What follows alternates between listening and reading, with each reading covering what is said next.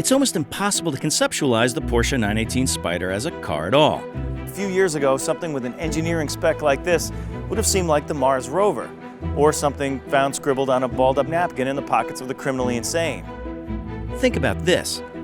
The 918 can accelerate from 0 to 125 miles per hour quicker than a Porsche 944 could get to 60. It has a hybrid electric power puzzle that took 50 engineers a half-decade to solve.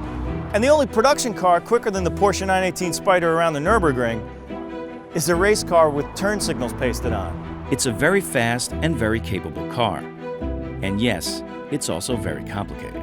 Try and imagine the swarm of intelligence happening under the 918's composite skin as Porsche Factory driver Patrick Long shakes down this 918 Spyder at the Circuit of the Americas in Austin, Texas.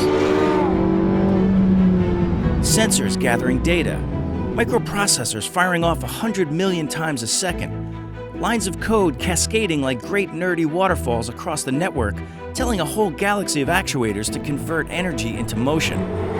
It's like all those guys sitting around computer terminals in Houston during the moon landing, only there are millions of them, and they're all about the size of a sperm. Driving the Porsche 918 Spyder in all-electric mode gives you the first clue this is a car from a new world. It's as silent as you wish your old Camaro was for sneaking into your parents' driveway after curfew. And yet, when that flat-plane race car V8 barks to life at just past half throttle, you get a feeling of relief. It's like things really haven't changed quite so much after all. Oh, but they have. There's a hybrid module bolted to the transmission, and there's an electric motor at the front axle. If the battery pack is fully charged, you can go 18 miles on electricity alone. But when those motors work with the gasoline engine to boost performance, that's when you strap down your internal organs. Because the 918 is monstrously fast.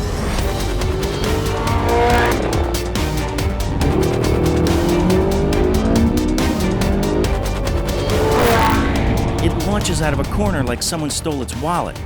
You have to keep your eyes far ahead because by the time you've thought about the next turn, you're upside down in the next time zone. It was thousands of hours of development and years of testing and tuning that got those power sources to complement each other. Flip the switch to Sport Hybrid or the more aggressive race mode and punch it. What you get is a uniform flush of torque. You don't feel the electric motors filling in the holes left by the V8's upper range power band.